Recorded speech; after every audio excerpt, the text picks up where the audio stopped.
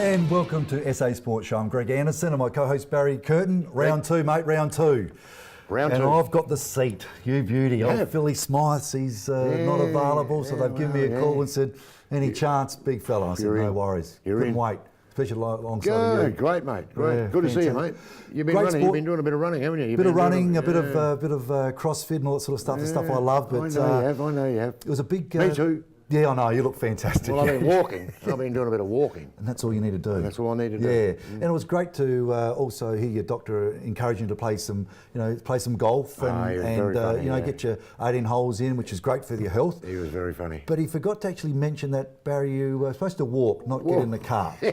He's talking about that sort of health. Well, I said to him that, he said, are you getting any exercise? I said, look, yes, I played golf yesterday. Yeah. Great, he said. That's exactly what we want you to do. I said, well, that's terrific. And I said, but I looked after myself. I made sure I got a cart. No. You're supposed to walk. You're supposed to walk. I said, all right, fair enough. Yeah. But no, it's been good. No, we had a fantastic week last week of sport. We'll look at obviously the Power. What a fantastic win! No one picked him. Was brilliant. We'll look at the Crows, who went down and they were favourites. I picked them as well. Yeah. You picked that as well, did you? Well, no, I told Phil that the Crows would absolutely wipe the floor with Hawthorn. That's what I told him. Because I think most people thought they would. Yeah, I thought they were really, I know I'm not a Crows man and all that, but you know what got me, mate? And if you go back and look at Melbourne running on the ground when they played Port Adelaide, when they first come onto the ground, there was a lot of backhanded high fives. Yeah, it just looked a little bit smug to me. Now, when I watched Adelaide come on the ground against Hawthorn, it looked the same. A bit the same, where this game is over. Yeah. That's how it looked to me. I thought Mark Bickley's comments in the paper were spot on. And, pretty good. And pretty good article. It's about attitude. Now both winning sides of those games had 32% more tackles and 20% more one percenters. And as we know in football, that's a lot, and that's what footy is. They're big numbers. And Mark Bickley was brilliant at it. I thought that was a really good article. Yeah, it was one of the better Bickley articles I've read. No, it was good, and of course our women's side here in South Australia made it through the grand final, which is fantastic against Carlton. I'm still a little bit funny with that, Greg. We're dominating. The Crows are dominating. I think that from Victoria's point of view, I reckon they've got too many teams in a market that haven't got a lot of women football. All I want to see is charge $15. Yeah. Give them some credibility. They're getting a lot of media. We're talking twice this week, front and back page of the paper. Yeah, I thought Robbie Gray should have probably been on at least the back page for 200 games. That's okay. I just think for their own cred, charge people to get in. What they get, 13,000? 13,000, and that's families and whatever. Terrific. Yeah, it's a good day out. Yeah, it might be a good day out. But look, I'm a great supporter. I don't mind women's sport at all. Don't get me wrong here. But when you get teams like the Adelaide Lightning who are struggling for cash, they've been a great side in this town for a long time. Yeah. Okay, they've been saved, and whatever. That's a great story. Wasn't it a brilliant story? It was a great story, but you still have to pay $15 to go see them. Exactly. And same with the Thunderbirds. Yeah. Same with the hockey. And one of the great things, Greg, we had the hockey people in here last week. Yep. They needed $100,000 by yesterday. Yeah. To survive in the national competition, and they were gone, shot to bits last week. And I read in the paper on Wednesday that they have been got saved the dollars by the government and the support of the public. Yeah. This is what I'm saying about charging to get in. Yeah. I think the Crows, they've done wonderfully well to get into a grand final. Yeah. But I think they're being picked from a whole state versus 8 teams from Victoria. So. Let's sort that conference out a little bit. Yeah, I think that's a good call. Good luck to them on the weekend. Kensington.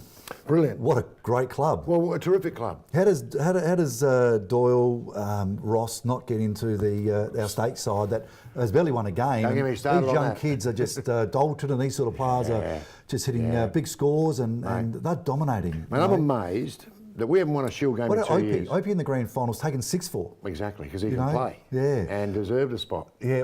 I just worry that we haven't won a game in 2 years. Shield game. Yeah.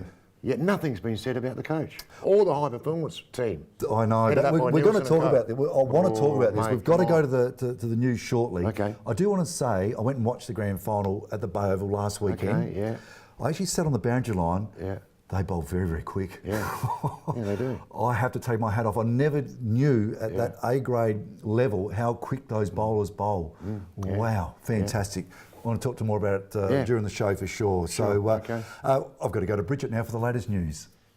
Thanks, boys. I'm Bridget, and here's what's happening. The Port Adelaide Footy Club has kicked off their season in style, downing the heavily favoured Demons by an impressive 26 points.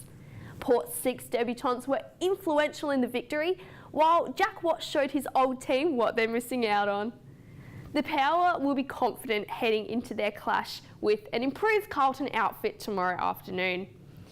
The Crows, however, didn't get the start they were hoping for, falling to a hot Hawthorn side by 6 goals.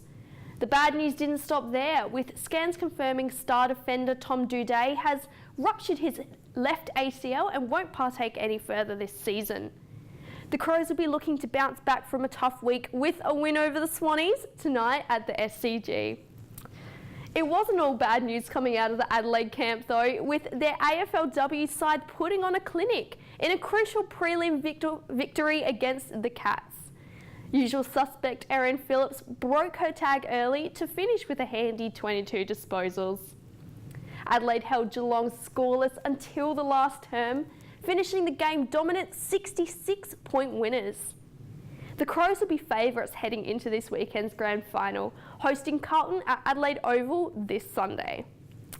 And Naracoorte local Ian Madan has made the nation's under-13 squash team, establishing himself as one of SA's up-and-coming athletes. A long-time member of the Naracoorte Squash Club, Ian will be looking to make South Australia proud in the Australian Junior Open in Sydney next month. He will also be heading to the Trans-Tasman competition and the Oceania Junior Championships. Both are taking place in Auckland in a couple of weeks' time. Best of luck to our young star. Hockey's Premier League is officially underway, with SA's best talent coming out to play. In the men's, Seacliff asserted their dominance with a 7-0 victory over Forestville, while North East Hockey Club pulled over a narrow win over Grange. In the women's, Port Adelaide claimed a hard-fought 1-goal win over Adelaide Hockey Club, and the Burnside Bulldogs kept Adelaide Uni scoreless to boast a 2-goal victory. The second round of the Premier League will kick off tomorrow afternoon. South Australia's biggest rowing event of the year, the Head of River, took place over the weekend, displaying some of SA's most determined athletes.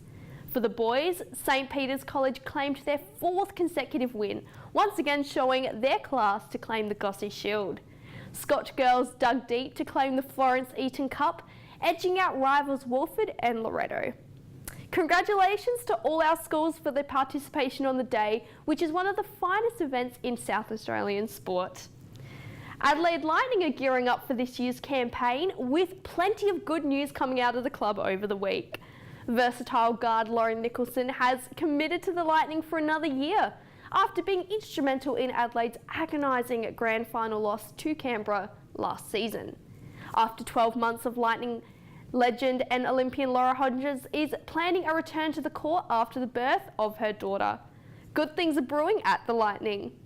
That's all for this week. Back to you, boys.